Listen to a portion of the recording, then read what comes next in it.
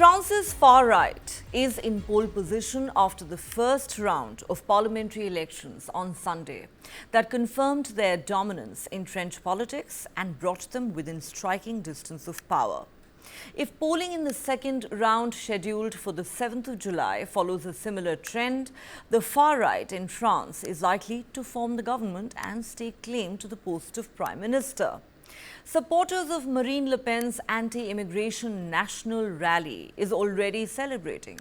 She says the president's Macronist bloc has been all but wiped out. The national rally won 33% of the vote. The left-wing coalition, the New Popular Front, came second at 28% and the Macron camp a distant third with less than 21% of the vote. Marine Le Pen's protege and National Rally co-leader, 28-year-old Jordan Bardella, has stated, and I quote, "I aim to be Prime Minister for all the French people if the French give us their votes." Here is what is truly significant. Never before has the far right won the first round of a French parliamentary election. Even the fact that it has become possible is historic. However, what Marine Le Pen and Jordan Bardella want is an absolute majority of 289 seats in the 577-seat National Assembly. Seat projections for next Sunday's second round runoff suggest they may fall short. Without an absolute majority, France will have a hung parliament, and National Rally will be unable to push through its plans for immigration, tax cuts and law and order. If, on the other hand, things go their way, it could spell political disaster for Emmanuel Macron's centrist bloc and for the French president's remaining 3 years in office. Many analysts argue there was no need for Emmanuel Macron to call the snap election and that it was a reckless gamble. Last month, President Macron dissolved parliament and called a snap poll just an hour after his centrist Together alliance was trounced by the National Rally in European Parliament elections. Macron said it was the most responsible solution. He told voters, "I have heard your message and I will not let it go without a response. France needs a clear majority," adding that he could not resign himself to the far right's progress everywhere in the continent. It is believed that Macron wanted to break the logjam after his failure to secure an absolute majority in the National Assembly in June 2022. Passing laws had become a headache. He had to force through pension reforms without a vote, while tougher immigration rules required National Rally support. That gamble now threatens to turn the political order on its head, with 10.6 million French citizens voting for the National Rally and some of the conservative Republicans who backed them.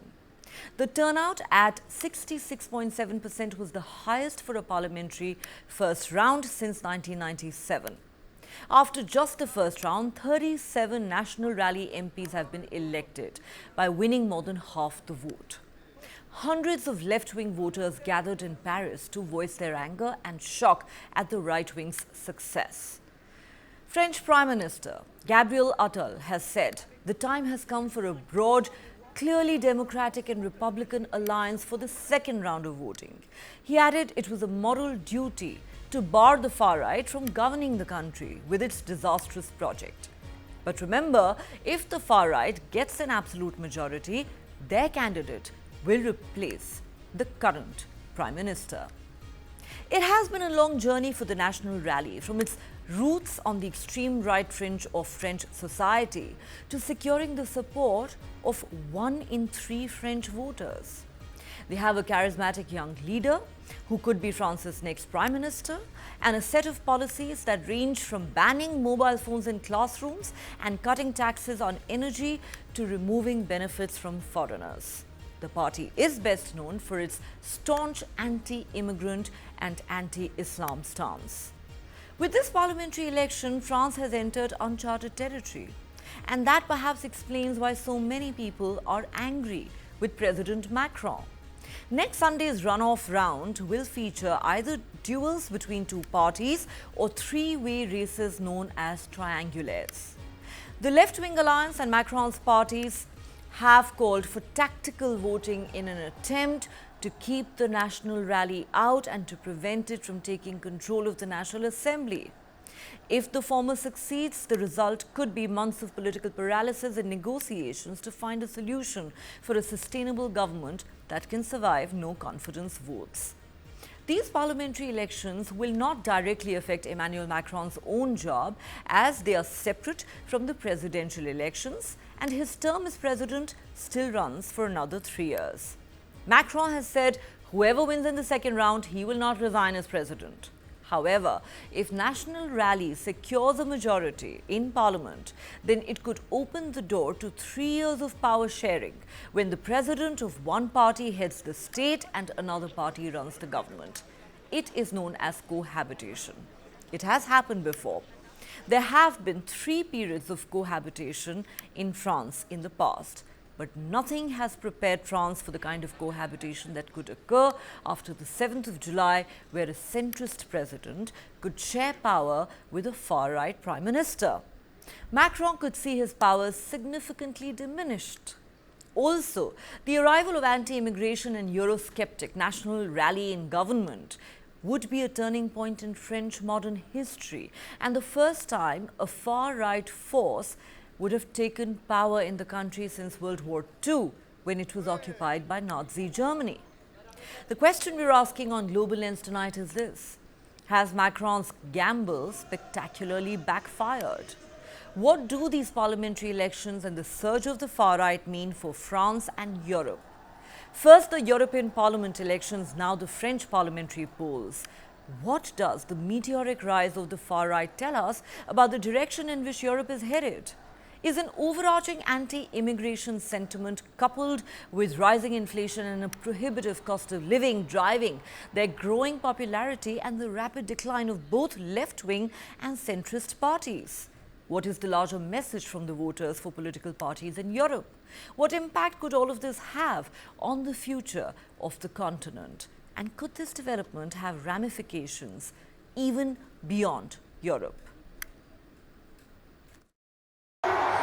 Exit polls showed that Marine Le Pen's far-right National Rally Party won the first round of parliamentary elections in France on Sunday, but the final result will depend on days of hard bargaining before the second round of voting next week.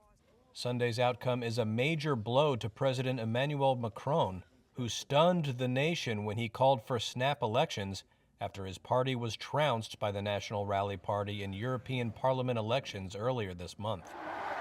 In a speech to supporters Sunday night, Le Pen said her party's victory was decisive. My dear compatriots, democracy has spoken, and the French people have placed the National Rally and its allies on top, and have practically wiped out President Macron's party.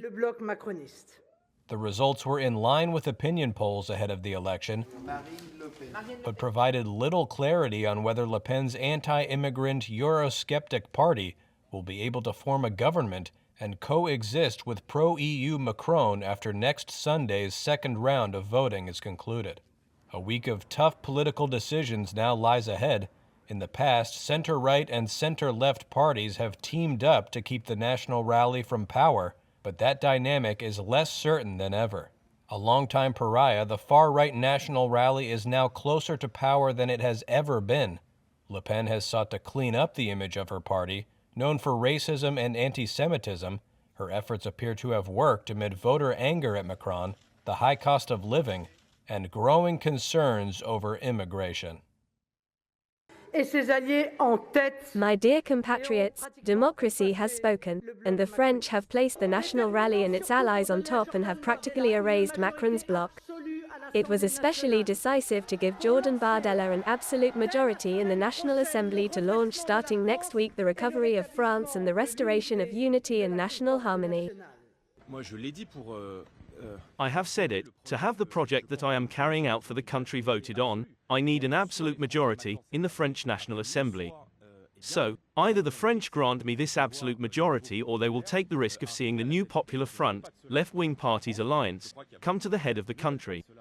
I don't want that for France. I believe that there are many French people who don't want this for France. And I even believe that there are voters today, including within the presidential majority, who were able to vote for French President Emmanuel Macron, who are confused by this alliance of carp and rabbit between Mr. Macron and Mr. Mélenchon, France unbowed party leader. This is not an anti-RN front. I saw an alliance that does not make sense between Mr. Mélenchon and Mr. Macron, which is an alliance of dishonor both for one and for the other. All right, time for us to take a quick break here on Global Lens. But on the other side, we're going to discuss with our panel of experts what these election results really mean for France and Europe.